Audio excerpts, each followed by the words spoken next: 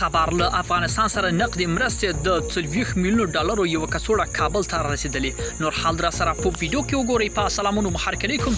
د افغانستان مرکزی بانک خبر ورکړی چې د بشري مرستو په دوام کې 40 میلیون ډالر یو بسته کابل ته رسیدلې ده.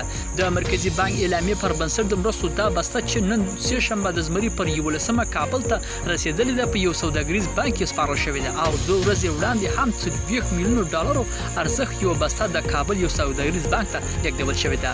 یادونه مرستو مجموعه چې د وروستیو څو میاشتو کې د افغانستان ته رسیدلې ده 1 میلیارډ و 3 میلیون ډالر رسیدي.